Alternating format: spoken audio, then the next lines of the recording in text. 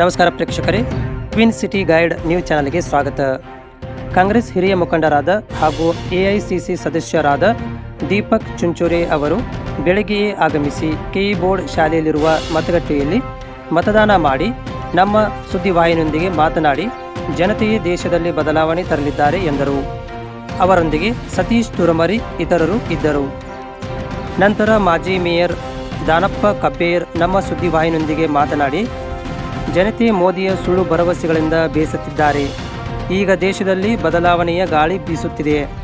ಸಿದ್ದರಾಮಯ್ಯ ಅವರ ಗ್ಯಾರಂಟಿ ಯೋಜನೆಗಳು ಎಲ್ಲರಿಗೂ ಲಭಿಸಿವೆ. ಹೀಗಾಗಿ ಈ ಸಲ ನಮ್ಮದೇ ಪಕ್ಷ ಅಧಿಕಾರಕ್ಕೆ ಬರುತ್ತದೆ ಎಂದರು.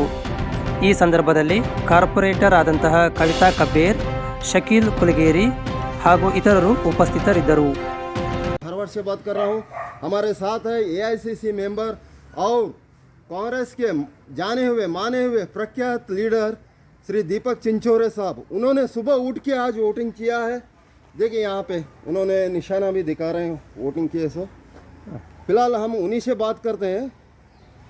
सर, क्या कांग्रेस इस बार बदलाव लाएगा? कांग्रेस नहीं लाएगा, जनता लाएगी बदलाव. वोटर्स लाएंगे बदलाव. अब की बार मोदी सरकार खत्म. ಶುಕ್ರಿಯಾ ಸರ್.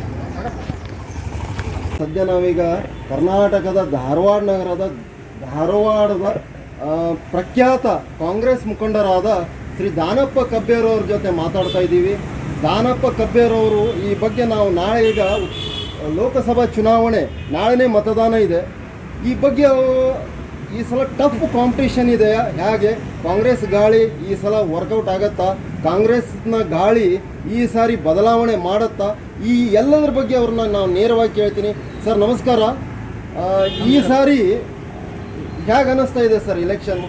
ಈ ಸಾರಿ ನಮ್ಮ ಧಾರವಾಡ ಲೋಕಸಭಾ ಕ್ಷೇತ್ರ ನಮ್ಮ ಕಾಂಗ್ರೆಸ್ಸಿನ ಜನಪ್ರಿಯ ಯೋಜನೆಗಳಿಂದ, ಅದರಲ್ಲಿಯೂ ವಿಶೇಷವಾಗಿ ಈ 5 ಗ್ಯಾರಂಟಿಗಳೇನೋ 5 ಗ್ಯಾರಂಟಿಗಳಿಂದ ಇವತ್ತು ಧಾರವಾಡ ಲೋಕಸಭಾ ಕ್ಷೇತ್ರದಲ್ಲಿ ಎಲ್ಲ ಮತದಾರ ಬಾಂಧವರು ಭಾಳ ಖುಷಿಯಿಂದ ಇದ್ದಾರೆ.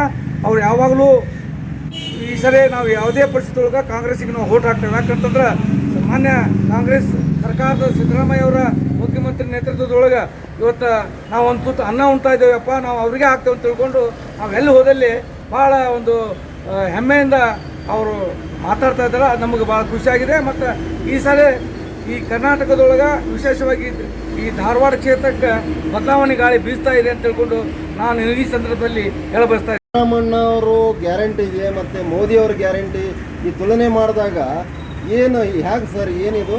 ಯಾಕಂತಂದ್ರೆ 10 ವರ್ಷ ಆಯ್ತು ಇವತ್ತು ಕೇಂದ್ರದೊಳಗೆ ಪ್ರಧಾನಮಂತ್ರಿಗಳಾಗಿ ಮೋದಿಯವರು ಸರ್ಕಾರ ರಚನೆ ಮಾಡುವಂಥ ಸಂದರ್ಭದೊಳಗೆ ಅವ್ರು ಪ್ರಧಾನಮಂತ್ರಿ ಆಗುವಂಥ ಸಂದರ್ಭದೊಳಗೆ ನಾವು ಬದಲಾವಣೆಯನ್ನು ತರ್ತೇವೆ, ನಾವು ಭ್ರಷ್ಟಾಚಾರ ನಿರ್ಮೂಲನೆ ಮಾಡ್ತೇವೆ, ಮತ್ತು ಏನು ಸ್ವಿಸ್ ಬ್ಯಾಂಕ್ನಲ್ಲಿ ಇಲ್ಲಿಯ ಶ್ರೀಮಂತರ ಕಪ್ಪು ಹಣವನ್ನು ಇಟ್ಟಿದ್ದಾರೆ, ಆ ಹಣವನ್ನು ತಂದು ಎಲ್ಲ ಮತದಾರರಿಗೆ, ಅಂದರೆ ಇಲ್ಲಿಯ ಭಾರತದ ಬಡ ಮತದಾರರಿಗೆ ನಾವು ಹಂಚ್ತೇವೆ ಅಂತ ತಿಳ್ಕೊಂಡು ಅವ್ರು ಹೇಳಿದರು. ಆದರೆ 10 ವರ್ಷ ಆದರೂ ಕೂಡ ಇವತ್ತು ಯಾವುದೇ ಯೋಜನೆ ಫಲ ಆಗಲಿಲ್ಲ. ಮತ್ತು ಈಗ ತಮಗೆಲ್ಲ ಗೊತ್ತಿದ್ದಂಗೆ ಅವರು ಭ್ರಷ್ಟಾಚಾರದ ಹಣ, ಬಾಂಡ್ ಹಣ ಇವತ್ತು ಹೊರಬಿದ್ದುಬಿಟ್ಟಿದೆ. ಆಮೇಲೆ ಇಂಥ ಒಬ್ಬ ಪ್ರಧಾನಮಂತ್ರಿಗೂ ಸುಳ್ಳು ಹೇಳೋಂಥ ಪ್ರಧಾನಮಂತ್ರಿನ ಬಹುಶಃ ನಾವು ಈ ಇತಿಹಾಸದೊಳಗೆ ನೋಡಿಲ್ಲ. ಈ ಸರಿ ಏನಪ್ಪ ಅಂತಂದ್ರೆ ಇಡೀ ದೇಶದೊಳಗೆ ಬದಲಾವಣೆ ಗಾಳಿ ಬೀಸ್ತಾ ಇದೆ ಅಂತ ನಾನು ಈ ಸಂದರ್ಭದಲ್ಲಿ ಹೇಳಬರ್ತಾ ಇದ್ದೇನೆ. ಮತ್ತು ಕರ್ನಾಟಕದೊಳಗೆ ನಮ್ಮ ಜನಪ್ರಿಯ ಮುಖ್ಯಮಂತ್ರಿಗಳಾಗಿರ್ತಕ್ಕಂಥ ಸಿದ್ದರಾಮಯ್ಯ ಅವರ ಮತ್ತು DK ಶಿವಕುಮಾರ್ ಅವರ ನೇತೃತ್ವದೊಳಗೆ ಭಾಳಷ್ಟು ಕೆಲಸಗಳನ್ನು ಮಾಡಿದ್ದಾರೆ. ಅವು ಜನತೆಗೆ ತಲುಪಿದಾವೆ. ಹೀಗಾಗಿ ಇವತ್ತು ಈ ಕರ್ನಾಟಕದಲ್ಲೂ ಕೂಡ ಭಾಳಷ್ಟು ಬದಲಾವಣೆ ಗಾಳಿ ಬೀಸ್ತಾ ಇದೆ ಅಂತ ತಿಳ್ಕೊಂಡು ಈ ಸಂದರ್ಭದಲ್ಲಿ ನಾನು ಹೇಳಬಯಸ್ತಾ ಇದ್ದೇನೆ. ಮತ್ತು ನಾನು ಮತದಾರರಲ್ಲಿ ಅಪೀಲ್ ಮಾಡ್ತೇನೆ, ಯಾವುದೇ ಸಂದರ್ಭದೊಳಗೆ ತಾವು ಎಲ್ಲ ಕಾಂಗ್ರೆಸ್ಸಿನ ಹಸ್ತದ ಗುರುತಿಗೆ ಮತವನ್ನು ಹಾಕಿ ಸನ್ಮಾನ್ಯ ಅಸೂಟಿಯವ್ರನ್ನ ಪ್ರಚಂಡ ಬಹುಮತದಿಂದ ಆರಿಸ್ತಾ ಇರಬೇಕಂತ ತಿಳ್ಕೊಂಡು ನಾನು ಈ ಸಂದರ್ಭದಲ್ಲಿ ಅವರ ಮತದಾರರಲ್ಲಿ ಪ್ರಾರ್ಥನೆ ಮಾಡ್ತೇನೆ.